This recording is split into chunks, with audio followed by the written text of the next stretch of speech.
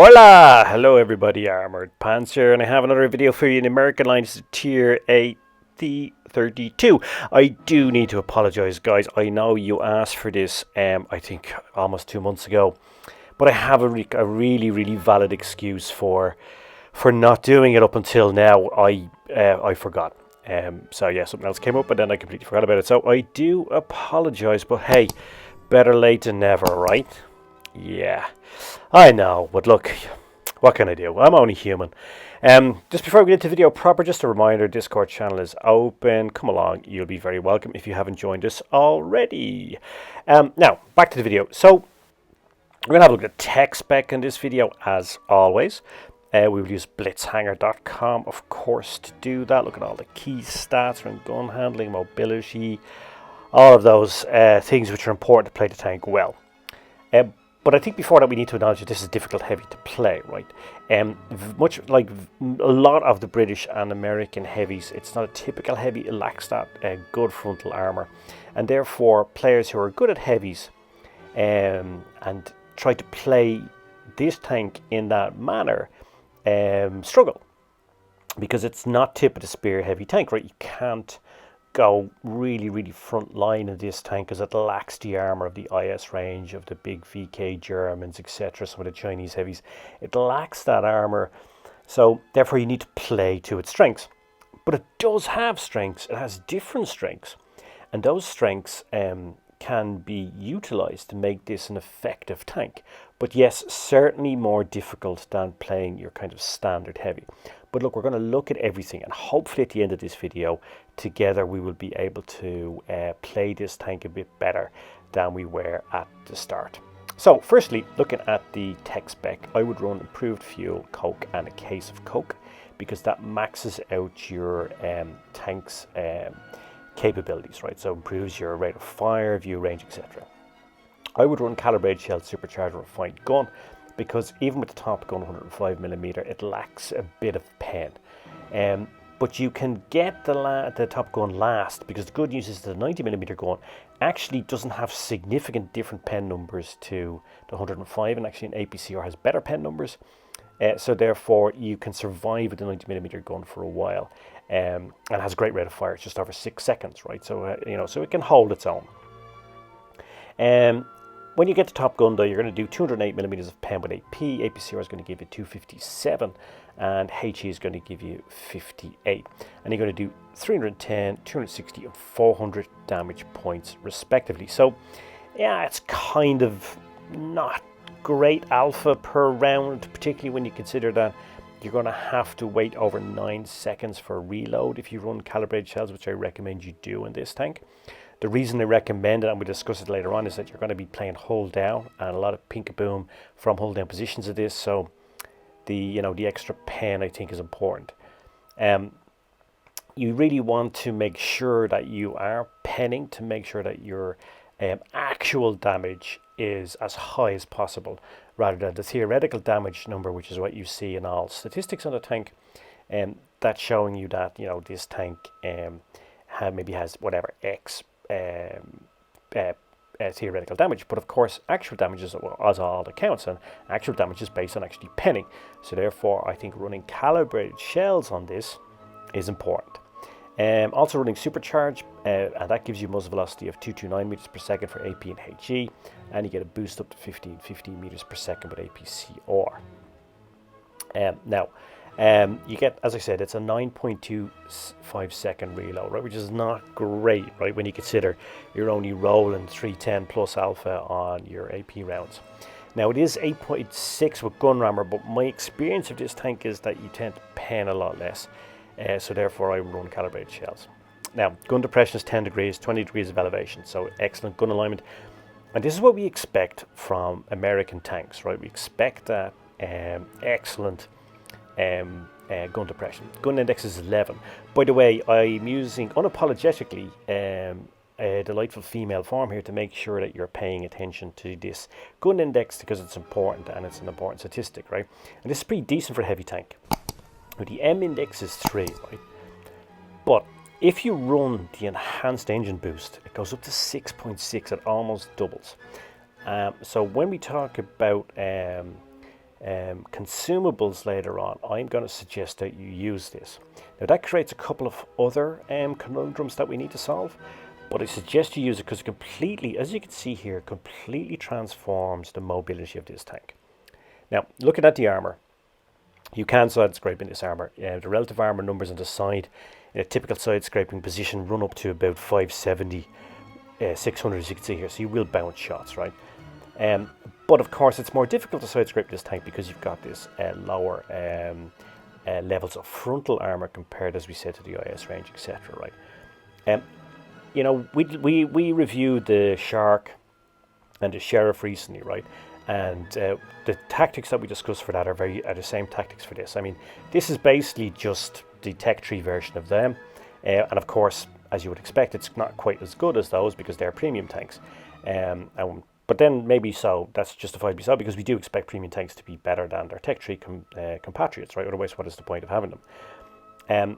But this tank is a hold down tank. You saw there, and if you look at the turret armor here again, it's trollish, right? It's almost impossible to pin. It has a very, very small cupola as well, and the cupola has armor on it too.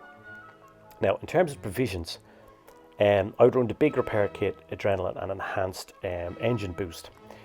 But if you're worried about getting permatracked, you might want to run 2 repair kits and the engine boost and drop adrenaline.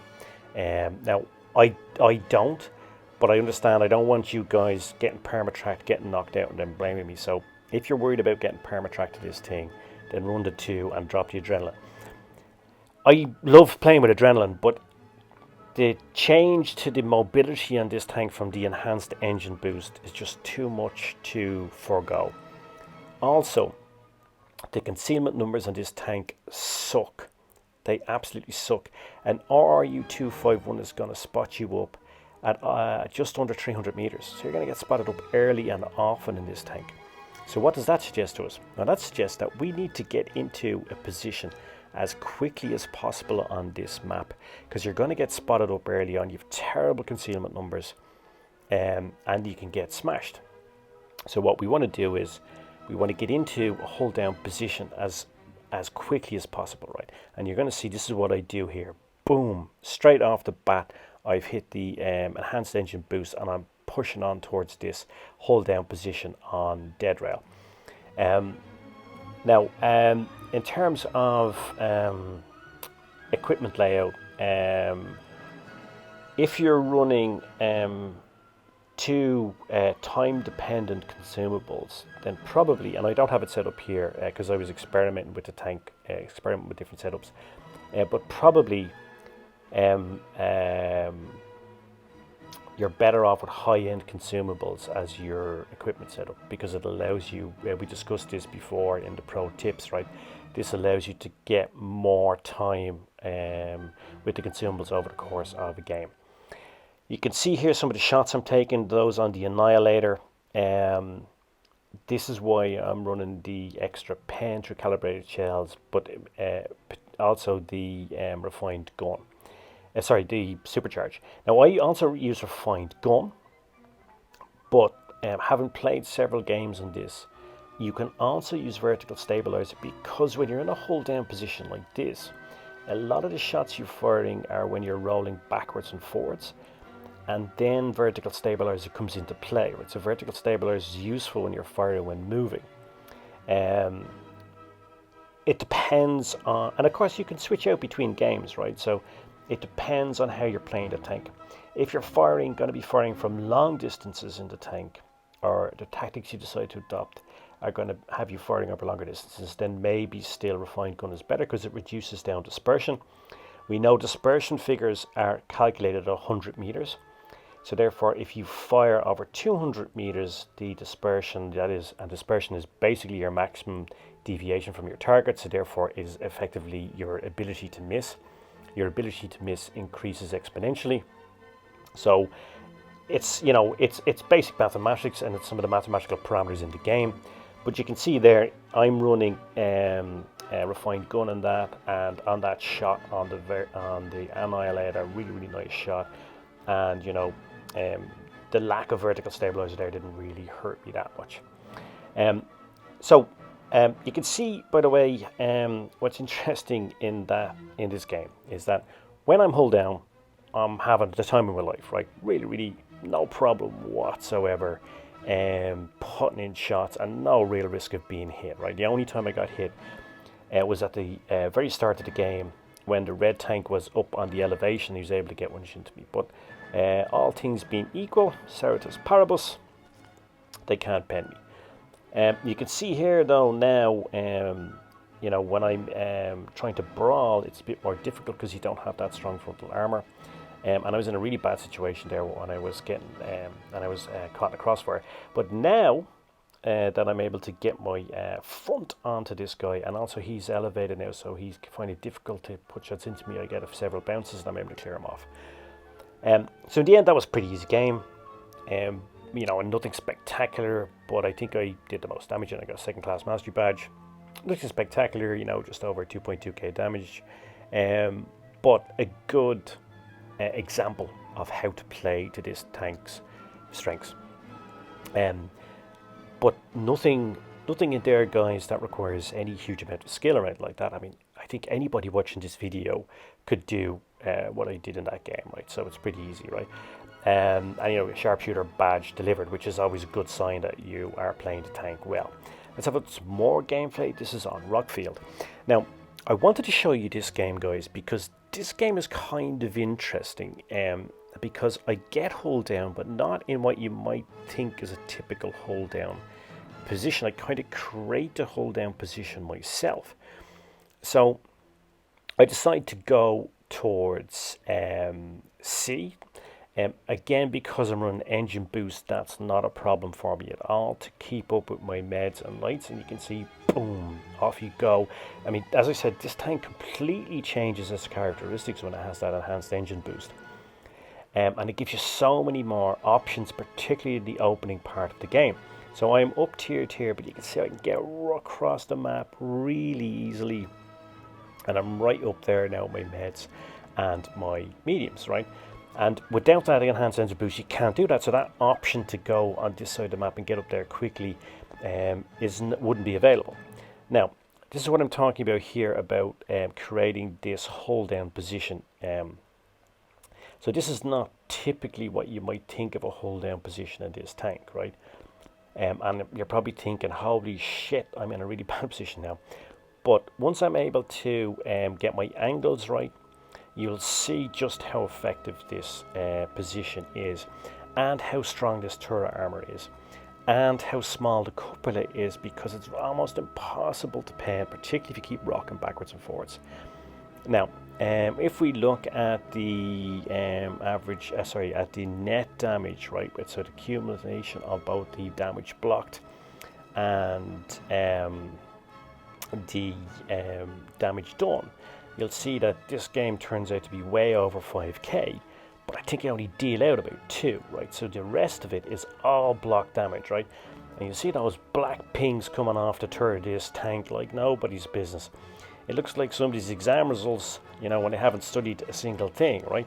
It looks like my exam results if I took a quantum physics exam tomorrow, right? I won't have a clue, right? Just black marks everywhere.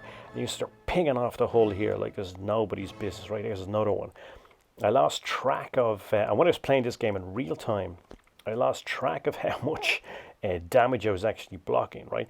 I think since I got into the hold down position, I was able to get my angles right. I think I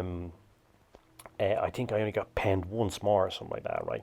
Now you can see I'm not hitting every time either, but what's interesting is, right, and this is kind of about the psychology of the game, right?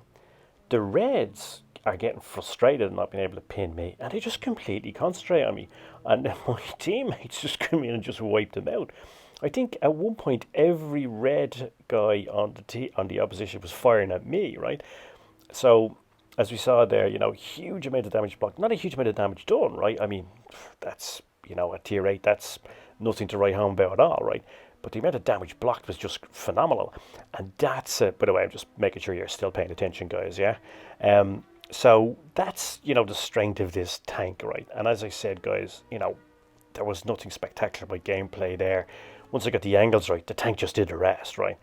But it just shows you how strong that turret is. You see the steel wall delivered there, because basically I hid the vulnerable part of the tank at the bottom. It's particularly its lower plate. Just put that that turret out there, and once the turret's out there, the turret's so strong, it's trollish. They just can't pen you. And you saw how frustrated they got as well. So that game was actually great fun, I have to say. I really enjoyed it. Again, in this game, similar play, right? So I am going to go hell for leather. I'm going to hit the enhanced engine boost, and I'm going to try to get to A, because A is a position where you kind of get into a good hold down position in this tank. Also, again, the reason I'm using is this section of the map here that you cross to the left. Good players on the other team will get across there in their lights and mediums and try to spot you up as you're crossing, and then try to smash a few rounds into your side, right? I do it myself when I'm playing lights and mediums that map. And also, if a big gun like a big TD comes with you, you can take like half or more the hit points off a single tank as he crosses. And this tank, as we discussed, is particularly vulnerable to that, guys, because of its really crap concealment numbers. So that's another reason why using the enhanced engine boost, in my opinion, is so important in this tank, and why I would run it even over adrenaline. Now you can see here I'm taking a risk, and I want adrenaline, so I'm not running two repair kits, and that is a bit risky. By the way, if you're not running 2 repair kits, run enhanced tracks, because it will reduce the possibility of you being perma-tracked. Now, when you're up against medium tanks, this tank is a decent brawler. It has decent traverse, has decent turret traverse, and again, you see the beauty of having this enhanced engine boost. Drop it when you're brawling, because basically it transforms the tank from a sluggish kind of heavium, because I mean it is a heavium, it's not really a heavy per se, but it transforms it to almost medium tank capabilities, right? And many medium and light tank players will not be expecting that, right? They're not expecting your heavy tank to be traversing and maneuvering like a medium tank. And that's another beauty of that enhanced engine booster. So it's not just about getting into positions early on in the game. It also transforms this tank into quite a monster brawler, right? And that's what's another key advantage of that. You can see here against the Annihilator doing pretty well. The armor standing up. Also I think the guy is rushing his shots. Comes back for a second round versus the third round. I can't really remember. I wasn't really a Rocky fan. And you can see there, I just, by the skin of my teeth, the RNG gods are kind to me. With those bounces and that, I'm able to. By the way, if you're wondering what I'm doing here, I backed up so that I could use my gun elevation to pen him, so I didn't have to worry about it. So if you back up the hill, then once you back up a hill, elevation becomes depression, right? So it's again basic geometry, and then an overall good game. And I think this turns out to be a first class mastery game or something like that. Now, as I said, I was experimenting with the setups and provisions and equipment and all that. So if you're running, again, just make sure you're paying attention, guys. Yeah. If you're running, I've probably lost your attention now, haven't I? Yeah. But if you're running the 2 time-dependent consumables, then run high-end consumables so you get longer with them. If you're running 2 repair kits, and I would recommend the enhanced engine boost over adrenaline. If you have to pick one of them, then use then you don't need to use high-end consumables, because you want to have the repair kits available more often, right? So simple rule in that. But in terms of the setup of this tank, I think calibrated shells, calibrated shells, supercharged and refined gun, although vertical stabilizer is also an option. I wouldn't be too, I'd be kind of agnostic on that, whatever you think suits your gameplay. But I would use that enhanced engine boost, because it completely transforms the tank, and it is good for helping you into those hold down positions at the start, good for helping you avoid damage because of your terrible camo numbers, concealment numbers, and also good when you brawl, because it completely transforms the characteristics of the tank and basically changes into a medium tank for those 15 or 20 seconds where you have it in operation. So you know, that's sort of my overall sort of view and kind of recommendations on how to play this tank. And then if you do that, the gun system and the tank will take care of itself, and you'll be able to get these steel wall badges, master gunner, sharpshooter, etc. Because, you know, this tank is not your standard heavy, but it has those strengths, and if you play to those strengths, it can be very, very effective, as we saw in those games. And you don't need to be a super unicorn player or anything like that. There's nothing in those games that no player can do, right? Or can't do, rather, sorry. So let's just have a recap. So this is not a standard heavy, but it's typical of US tanks. So if you're good with the Sheriff or the Shark or that, then just use the same tactics for this. Don't play as a standard heavy. So if you're used to playing ISs and others, that's not what you want to do. You need to play to the strengths of this tank, which are basically the fact that it's a hold down monster. It has an almost impenetrable turret. It's trollish, as you saw, big gun mantlet, hardly anything to hit. The couplet is tiny. And if you set it up correctly and think about the map position where you want to go at the start, then you can have a really, really effective game in this tank. Now, it's difficult. I'm not saying it's easy, but the play style is training for later on, because the M103 and the Rebel later on play exactly the same way. Now, max hit performance and of the tank, as we discussed, in terms of provisions, and then also use that enhanced engine boost. Repair kits versus adrenaline. It's up to you guys. I mean, I only run one repair kit with it, but I understand you may not want to do that. It is a bit risky. You need to have to think about that and make your own decision. I'm not going to tell you what to do. You can kind of live without adrenaline if you're worried about getting perma-tracked, but you know, your decision. It takes more preparation than many other tanks, right? Like if you take the Object 252U that we just recently reviewed, you just go out and drive that thing, right? The thing is just a beast that kind of looks after itself a bit. But this thing requires a bit more preparation, and I guess if you're unsure of what to do, that's why some players struggle with it. But once you get it right, this tank can perform. So cheers, Mush. I hope you found it useful. I hope you found it enjoyable. And now I guess all remains for me to say is pants off.